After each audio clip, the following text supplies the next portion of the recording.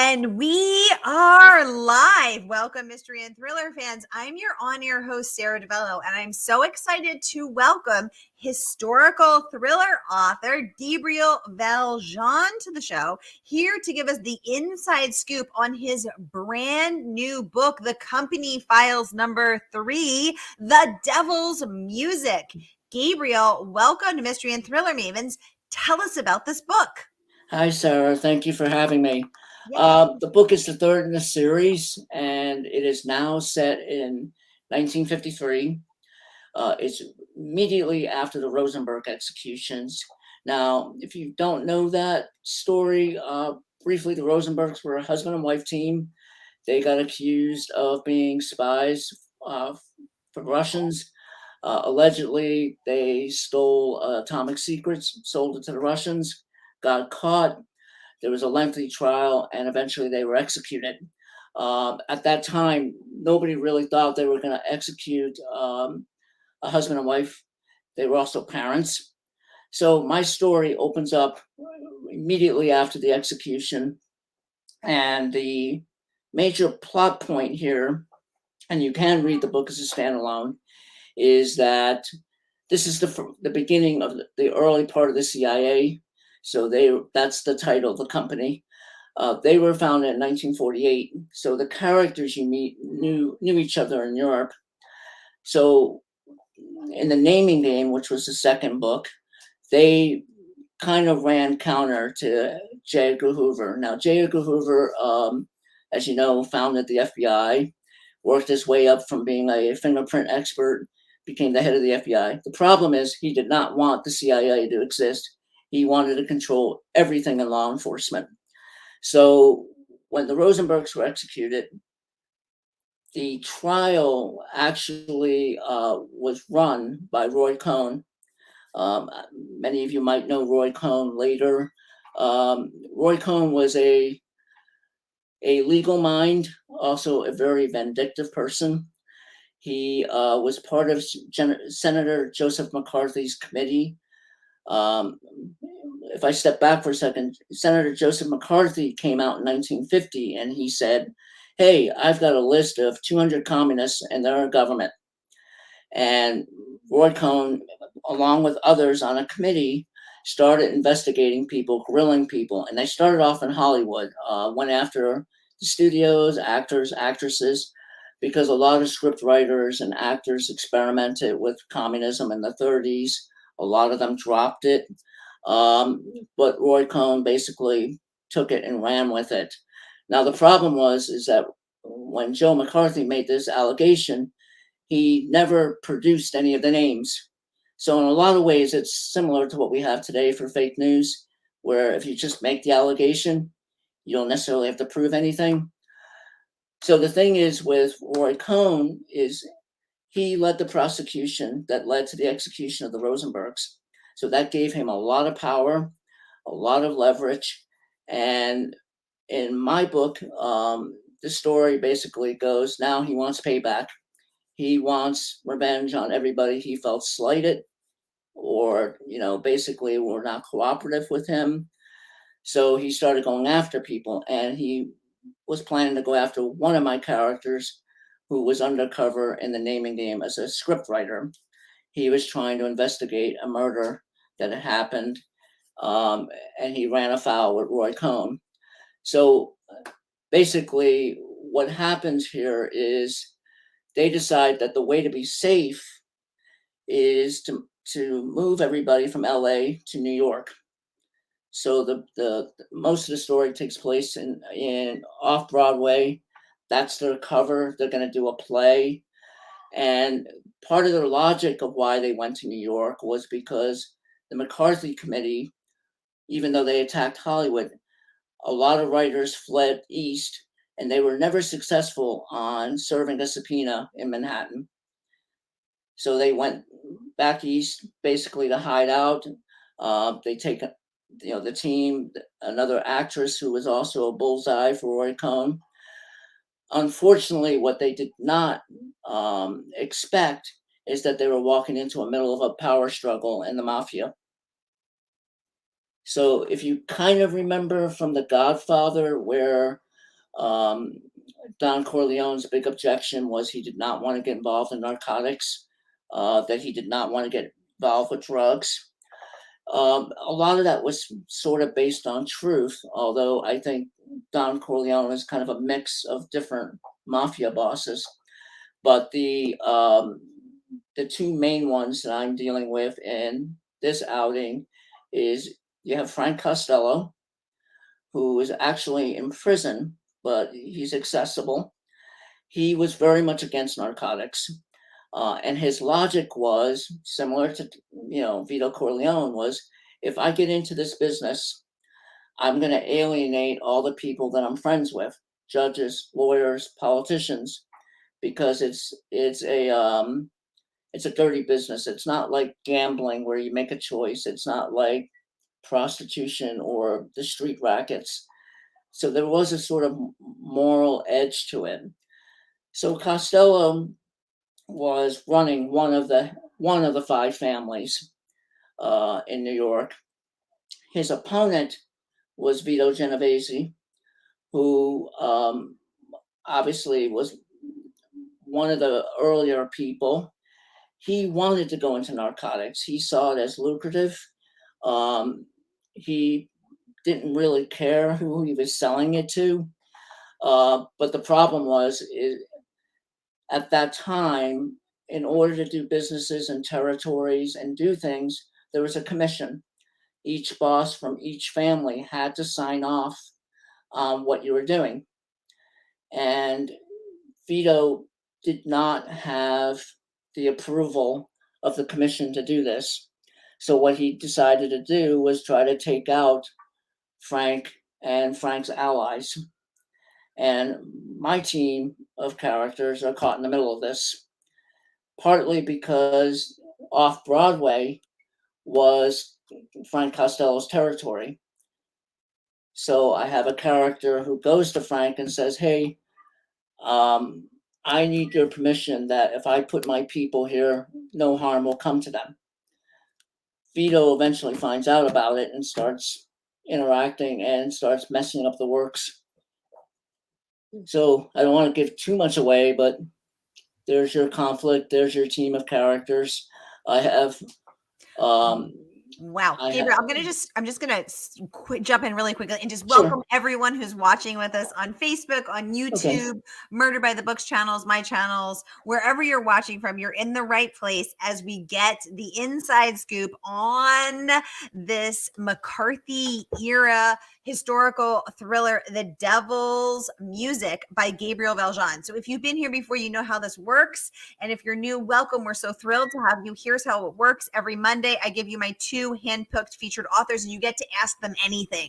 So Gabriel clearly has done his research. He has done his homework. So if you've got questions about his writing process, about his research, about J. Edgar Hoover, about the Corleones, about 1950s mafia families, about the execution of these accused spies, get them going in the comments. I will get them right over to Gabriel. Gabriel, M.A. Monin is saying, I hope I'm saying that right. She's saying the plot thickens. The plot thickens indeed. So let's talk about this, because you open with the day of the execution of the Rosenbergs. This is not this area, this 1950s period of American history is not one that is my expertise. I had to look up if those were even real people. I didn't know if they were your characters. I didn't know if they were real people. I was shocked to discover that they are, in fact, real people, these Rosenbergs. So let's start there. Do you think they were guilty? Do you personally? Honestly, yes, I do think they were guilty. But the caveat here was, I do not think they were guilty to the extent that the government believed that they were. So in other words, I don't think they traded. They were accused of trading schematics and drawings and whatnot. I don't think what they gave the Russians ultimately was that valuable. And the problem I really had with the whole trial when I was studying it was basically Ethel. It was Ethel and Julius Rosenberg. Ethel, the wife, her brother was actually much more guiltier than them, and he basically sold out his sister to avoid the death penalty and to avoid. He did end up doing some prison time, but Wow. basically he sold out his sister, and she knew it. The reality was, and this is confirmed, that even though the president denied them clemency and wasn't going to let them not be executed, the reality was they were going to be spared if she talked, because the government wanted names. The government was really obsessed with having names. The problem was she called their bluff, and they both got executed. Now, one of the things I want people to know is, and this is something that when you were talking about not knowing the history or not being as familiar with it, there's another character that shows up in the novel, and that's Robert Kennedy. A lot of people don't know that Robert Kennedy and Joseph McCarthy were actually very, very close. Joseph McCarthy was the godfather to Robert Kennedy's daughter.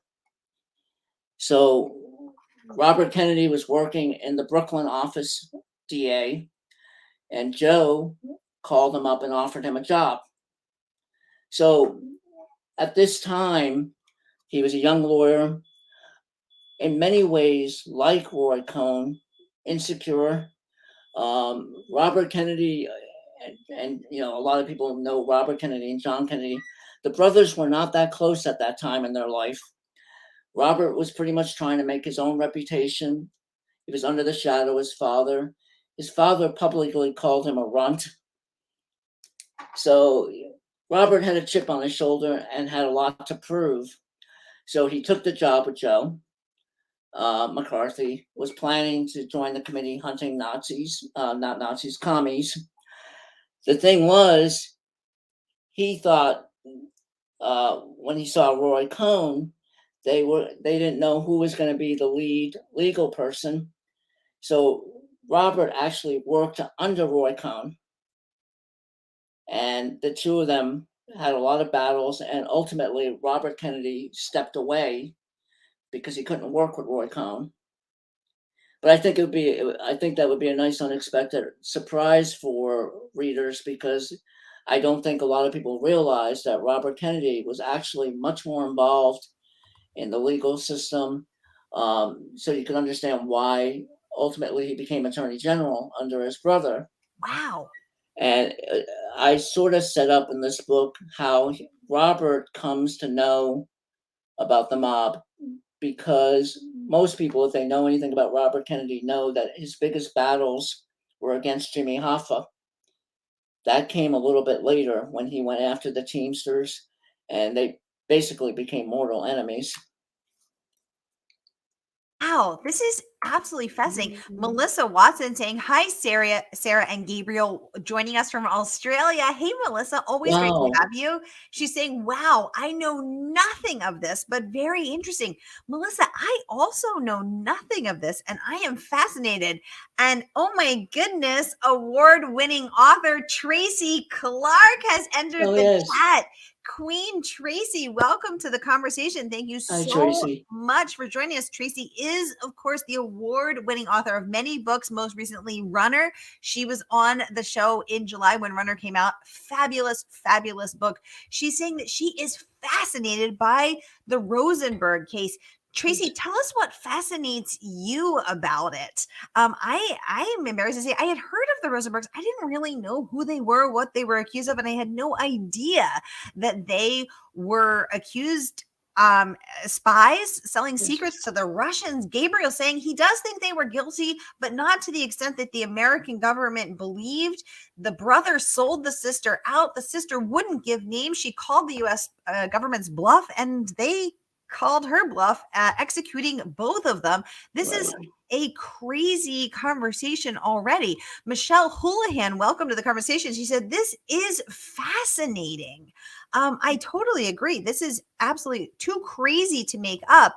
Mally Becker saying politics, the FBI, the mafia, all off Broadway. You must have done so much research for this book. What did you learn that surprised you the most? And I want to get to that in just one second. Tracy saying that what fascinates her about the Rosenberg case is that there's so many levels to the case, so many deals made, and the secrets. Right.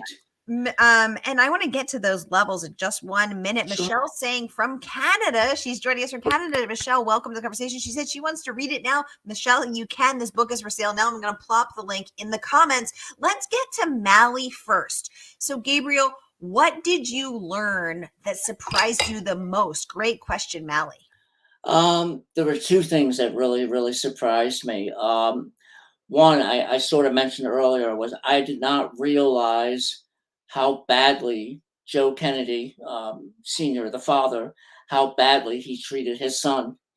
I mean, he really gave Robert Kennedy a major complex. I mean, as I said earlier, he, in an interview, and he was quoted, he called his son a runt. Everybody else was fine. Joe Jr., who eventually got killed in World War II, could do no wrong. John, who later became president, was an athlete, charismatic, smart, and Robert's the runt. So the second thing I learned that I was surprised was one of the characters who appears in the novels, Albert Anastasia, who was the head of Murder Incorporated. He was the guy when the Mafia Commission decided that they were going to do away with somebody. They gave him the contract, and he gave it to his team, and they went and they killed the people. What I found shocking about Albert was, here he is. They called him the Mad Hatter, Lord High Executioner, Stone Cold Killer. And on weekends, he would take the neighborhood kids to the movie theaters and buy them ice cream. And he loved dogs. What? Usually dog people are the best kind of people, Gabriel. I mean, it's like total paradox. Here you got this guy's a stone killer, and he's a big mushy softie for kids and for ice cream. And he would get upset if a dog got hurt. That's crazy. I mean, I love dogs. I'm the consummate dog person. I love ice cream. Who is this guy who takes kids to get ice cream, who loves dogs, but can slaughter people. A person and not blink twice? How is that? Is surprising. That is crazy. Wow. Cool tidbit. Thank you, Gabriel. M.A. Manin saying McCarthyism seems to be a time of witch hunts with people turning each other in. Do your characters get involved in that aspect of the time period? Gabriel, give us the skinny. So they are involved. They're not involved in hunting communists. The thing that is also paradoxical about the early days of the CIA was immediately and literally as Berlin was burning and the war was coming to an end. Bear in mind that Russia was our ally during World War II. So we became aware through the intelligence community, which at that time was the OSS, that the Russians were building atomic weapons. So what the CIA did in the final days of the war, they started recruiting Nazis. So a lot of our top scientists in scientific research communities, at universities, NASA, were former Nazis. And we gave them new identities, or we softened their profile so that we knew, like if we knew they committed war crimes, they doctored the evidence. What? So in this story, part of the reason they're afraid of Roy Cohn is not just a personal vendetta. They're worried about protecting the people that they recruited. So think about this. The rest of the world's hunting communists, and they're protecting Nazis. the U.S. government Yes. is recruiting Nazis? Gabriel, Yes. this is too crazy to make up. How? Yes. I can't believe Our this. entire missile program in the 50s going into the 60s and the foundation for NASA was based on the work of Nazi scientists. What? This is me being shocked. I cannot. So getting to Tracy's this. point, these are the deals and the secrets that we made. Wow. M.A. Monin is saying this is fascinating. M.A., I totally agree. I am in shock. Now, one of the things you had asked me earlier if I had thought the Rosenbergs were guilty. Yeah. Here's the problem. Roy Cohn knew that they were guilty. Obviously, he was trying to prove that in his trial. The problem was that the way to prove that they were guilty, the U.S. government would have to admit in a court of law that they were eavesdropping and taping conversations in embassies because they had taped an exchange of information that mentioned the Rosenbergs in a Russian embassy and in a DC embassy. Now, if you know anything about embassies, they're basically like sanctuaries. They are that government on whatever soil that building's on, and they're sacrosanct. You cannot violate them. So, for example, if you were an American citizen and you had a problem and you ran into an embassy and it's an American embassy and you're an American citizen, they have to protect you. Right. So my point is, Roy had the tapes, he heard them, but the problem is he would be opening up a different can of worms. Ooh, interesting. Wow. Deborah Well, welcome to the conversation. She's saying this is stuff not covered in high school history class. Deborah Well said.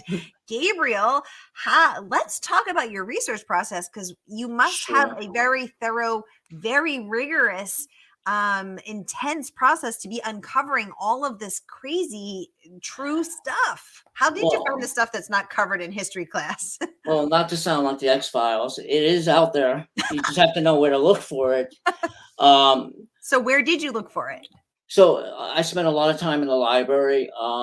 I do use the internet, but I'm cautious with the internet unless the site or the historian or whoever is well documented, because this is the kind of stuff that when you put it out there, you want to make sure that you have it factually correct, even though there are fictional elements to my novel. I mean, it's not nonfiction; it is meant to be fiction. But the basis of the plot, I drew information from real history. So you have people that, have written memoirs. I read memoirs by CIA case officers who made it a point that their memoirs would be published posthumously. And what's fascinating about the early days of the CIA is that they made a lot of mistakes. They were very naive. They didn't know exactly what they were going up against. They didn't know the level of treachery that they had. Some of the Nazi scientists lied to them about war crimes. Right. So if you're a Nazi, nothing's perfect. And then when you deal with somebody like J. Edgar Hoover, who was a character unto himself, I mean, he was really a scary person.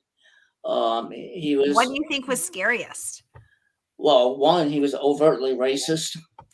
Yikes. I mean, he actually wrote memos where he spoke disparagingly of African Americans. Oh my God, I didn't know that. And I can't use the words online. No. So he was the type of person that also knew how to take advantage of moments. So, for example, in the 30s, you see this a lot in movies. The FBI went after the America's Most Wanted, people like Dillinger. Yes. Well, Dillinger, technically, if you looked at and read about what happened to him, he was ambushed and assassinated. But when he found out about it, he actually sent a memo, sent a telegram saying, put the body on ice because I want my agents to take a picture next to the body What? because it's a good day for the FBI. Oh my God, that's So crazy. he knew how to do PR. He knew how to do PR. Melissa saying, "Oh, what a wicked web we weave." Indeed, indeed. Tracy Clark saying, "See levels." Okay, Tracy, I see. I'm seeing what you're talking about now. I had no idea.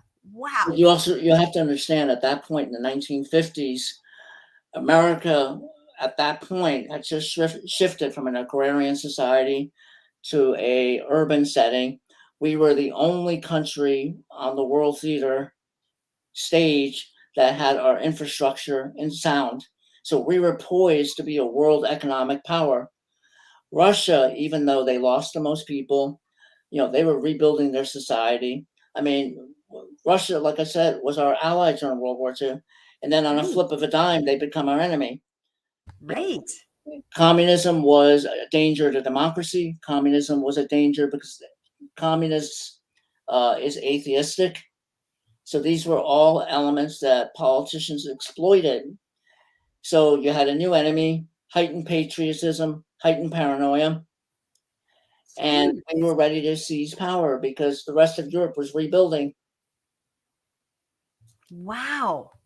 Michelle saying, Gabriel, your ability to take us through the era and atmosphere of the time in a way that engages is amazing. Michelle, thank you. Well said. Thank you. Thank you for that comment and for appreciating this fascinating, crazy journey into the unknown truths of American history during the McCarthy era. Gabriel, so I'm hoping that people see parallels to what's going on today in terms of fake news, how people can be manipulated, how people can be led to believe one thing when the truth is shades of gray.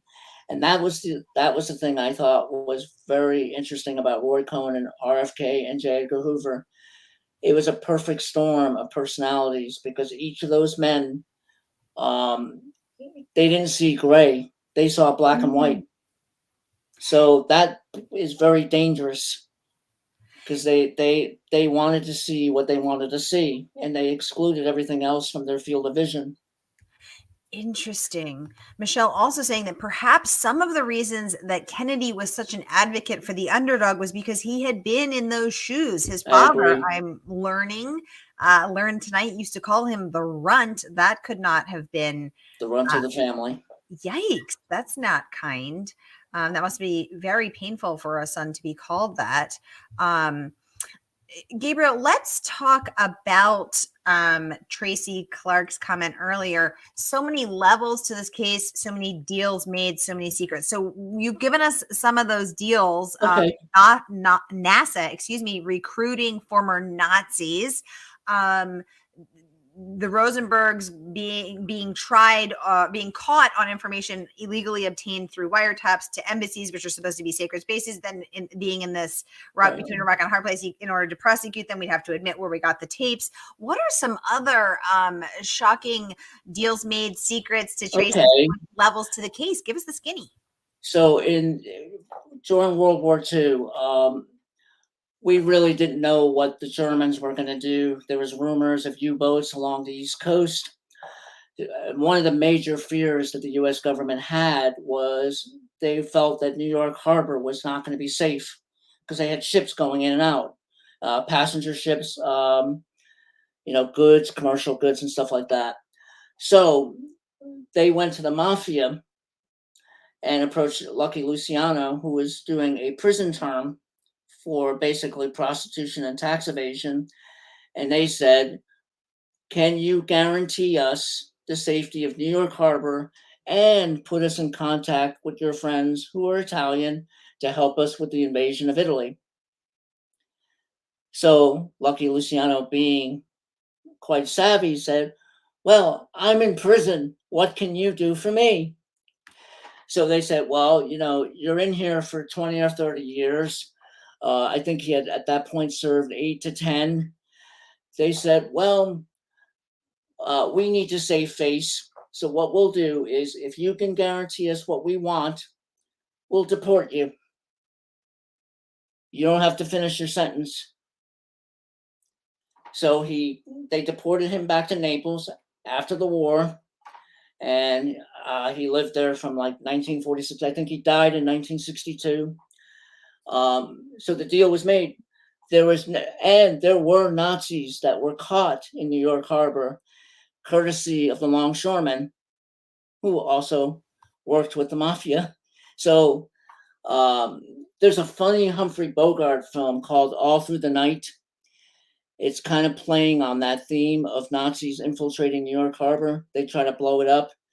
But my point is, Luciano did make a deal with the U.S. government. He guaranteed the harbor, got time cut off his sentence, and got deported. Wow. And Gabriel, there was never an invasion of the harbor. I had no idea. Tracy Clark, thank you for bringing up this concept of levels, deals, and secrets, which has just revealed these tasty nuggets. Gabriel, I am shocked. I had absolutely... If that's 65, 70 years ago, what do you think they're doing today? Right, exactly. Sally saying, it makes me wonder how much of our government is built on lies. Adding, makes me wonder how much of our government is built on lies and corruption. Yes. Yeah, Gabriel, you said that you had you're seeing similarities, you're seeing parallelisms between then and now. Tell us a little more about this. And M.A. Monin is saying she doesn't see the link for the book for sale. I plopped it in the comments. Again, let me plop it there for you one more time. Okay. As Gabriel, you go ahead and answer that Sure. question. So I mentioned earlier that the foremost obvious connection that I see between what I wrote about and what I see today is we call it fake news. In the 50s, I think people were a lot more trusting. TV was not quite a big thing yet. People still relied on newspapers. They still relied on the radio. And I think back then, people, even though they listened to gossip columnists and whatnot, I think they trusted what they were hearing and what they were reading. And, journalists were respected because, if they said something, they had to back it up. That they got called into court, they got called into a trial. Today, journalism, if you go and look at your various websites for the news that you follow, if you actually look at it, a lot of the articles are very copy and paste. And I've been on sites where I see at the very bottom that it's updated. So the article is already different than what I saw 2 hours ago. And my point is, going back to what McCarthy did, he waved a piece of paper in the air saying he had names of communists. He never showed that to anybody. He never published it. He never named names, but everybody, he set the house on fire and everybody believed him. So my point is, with the fake news, is you don't need evidence. All you need is the allegation. And that's extremely dangerous because you could destroy people's lives economically and otherwise, their reputations. I also think, too, that in many ways there are parallels with the legal system that when we read a trial in a paper online, we don't know what happened in the courtroom. We don't know the deals that were made, the plea deals, what evidence was allowed and what evidence was not allowed. So, unless you're actually in the courtroom, you're taking it on faith, what's reported to you. Right. So I'm basically saying, in so many words, think critically about what you're reading and question things. I mean, not to the point that you're paranoid, obviously, because we don't need to be wearing tinfoil hats. But the point is, be a little cynical about what you're hearing and what you're reading, because there's often something behind it. Gabriel, where do you go for your news whilst thinking critically and evaluating it? What do you have? Do you have go-to sites that you get your daily news from that you feel honestly safer? I read foreign newspapers and foreign sites. Some of it I can read in the original language. Some of them have mirror sites where they will offer you, whatever the periodical is, they'll offer you an English version of it. So, for example, Le Monde Diplomatique, it's a French newspaper. The articles on government policy and things that are happening in the world that are in that newspaper are beyond what I see graduate schools doing for journal articles. The analysis is incredible. El País, a Spanish newspaper, they have an English mirror site. So you can read about everything that's happening in Spain and in Europe in English. Mm. It is a learning curve. There are cultural things you have to learn, but the point is, I feel that the reader's not treated as an idiot. It's not a soundbite. You read an article, you are getting a real analysis of economic policy, political ramifications. When a politician makes a speech, what is he really saying? You have experts analyzing that. It's not, a short little A thing. soundbite, right? Exactly. A distilled down to nothingness. Michelle saying, I was a Canadian journalist in the early 90s, and even then I had become weary of what was going on. We were told not to have bias from one editor and then told to slant by another. It was Wow. crazy. Wow. Michelle, thank you for that. Welcome to the conversation, Linda, Irma, Brad, Sally, Julianne, Colleen, Betty Ann, Shirley. I hope I'm not missing anybody. Welcome, everybody. We have just a few minutes left with Gabriel. So if you have any questions for Gabriel about his extensive research of this fascinating period in American history about McCarthyism, the communist hunt, J. Edgar Hoover, who worked his way up from being a fingerprint expert. I didn't know Yes, that. he came from power during the Wall Street bombing of 1920. Wow. And he joined Attorney General Palmer in conducting raids and getting rid of people without a trial.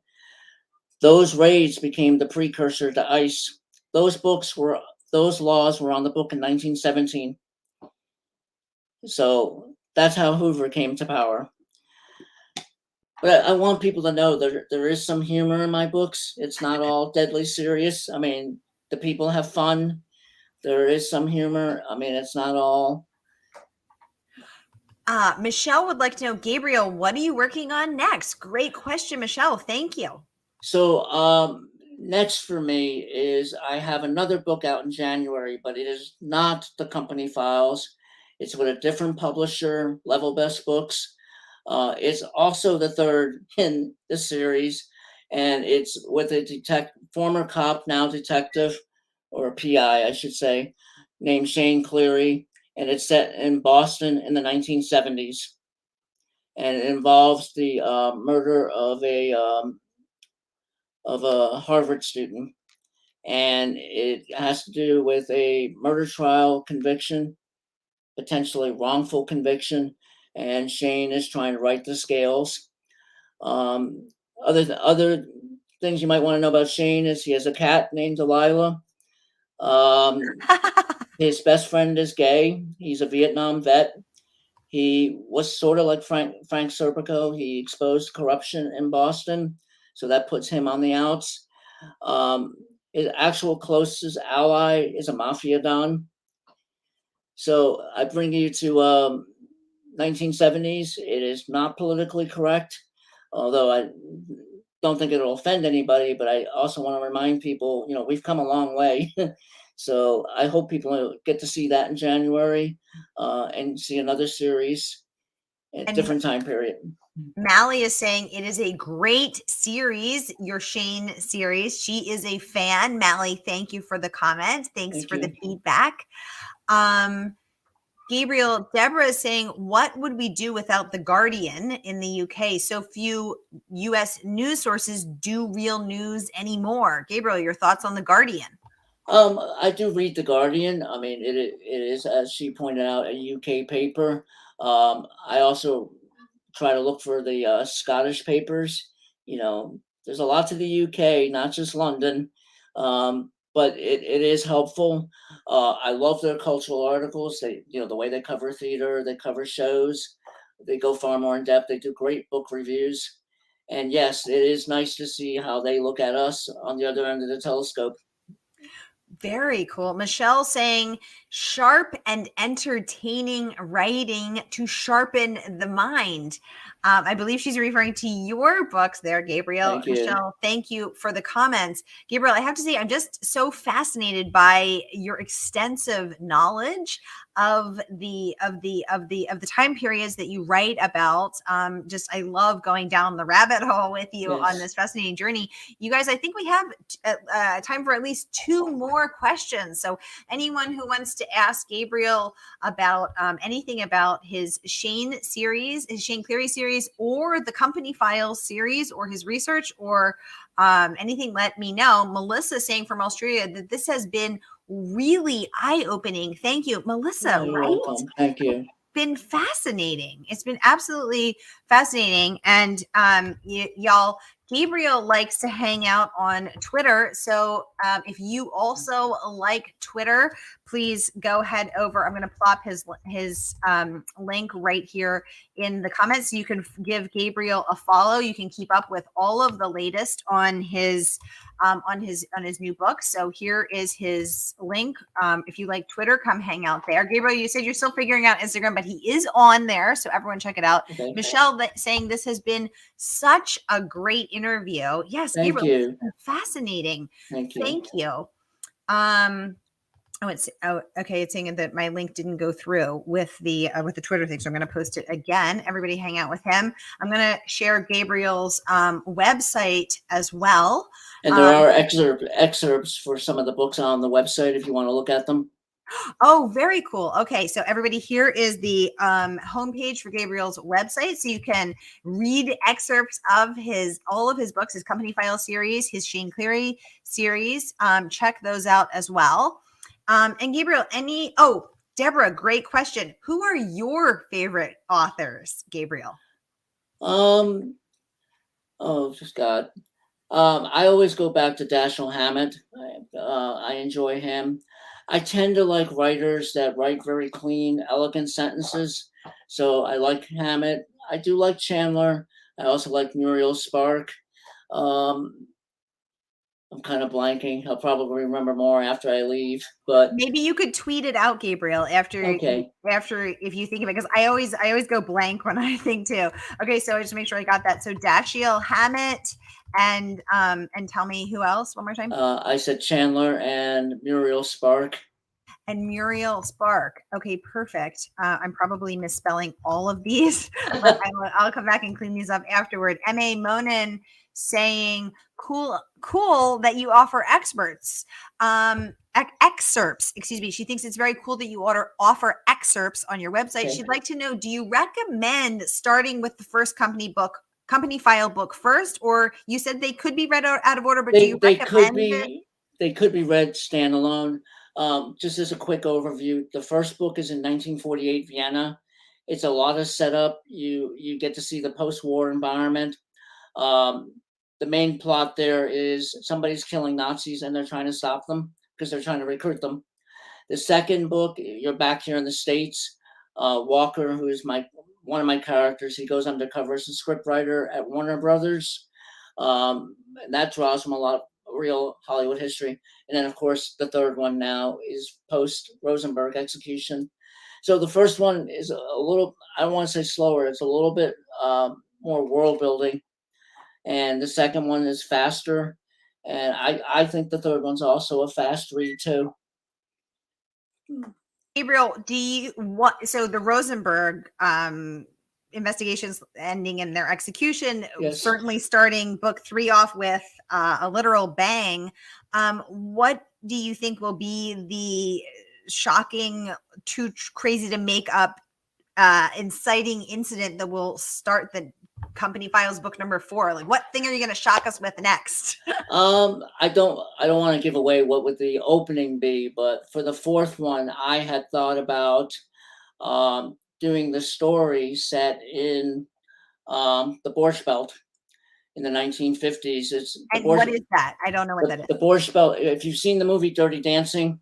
Oh yeah. Okay, so the resorts that a lot of Jewish people went to in the 50s throughout the 60s, they went there because a lot of clubs and social places would not accept Jewish people.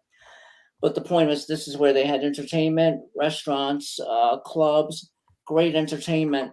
And I wanted to set my story there because one of my characters throughout the series is a Holocaust survivor.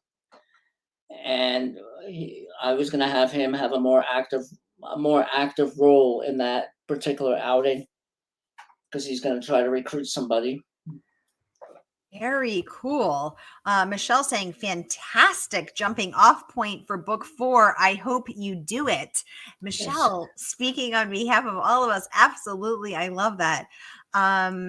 Gabriel, thank you so much for your time, for your energy, for your expertise, for this fascinating, mind-bending, mind-blowing walk through this, to me, and apparently many of us, very unknown, covered up secret history, part of the U.S. This has been just absolutely amazing. Thank you so much. Thank you all. And Gabriel, you can grab all of Gabriel's books. And for some reason, The Devil's Music is not showing up on Murder by the Book website, but I know it's there. So if you can call the store tomorrow, I'll drop it in there, and you can grab all of his past books, both the Sean Cleary series and the Company Files series, right here at Murder by the Book. A perfect holiday gift for yourself or the historical thriller lover in your life. And here is the phone number for the store if you want to call them tomorrow. Mally saying, thank you so much, Sarah and Gabriel. This has been such a fun and cool interview. Mally, thank you so much for joining us. Gladys is saying, VOFYI. I'm not sure what that means, Gladys. Let us know in the comments a little more. I'm sorry, I'm not understanding that. Michelle saying, you handled the interview so amazing. Love your shared enthusiasm. Thank you. History, Michelle. I love crazy too. This is what I love about nonfiction and about historical fiction, is that you can't make this stuff up. So as always, we will be continuing the conversation in the Mystery and Thriller Mavens Facebook group, free and open to all. So come over and join us to continue the conversation. M.A. Monin saying, thank you. This has been such a great talk. Y'all, I want to thank you. Thanks for the hearts up on Facebook, you guys. I want to thank y'all so much. Now, I will be off next week I will be here next week. I got my weeks mixed up. Next week, I have a fantastic author, cozy author coming from London, Ms. Amita, with her latest cozy.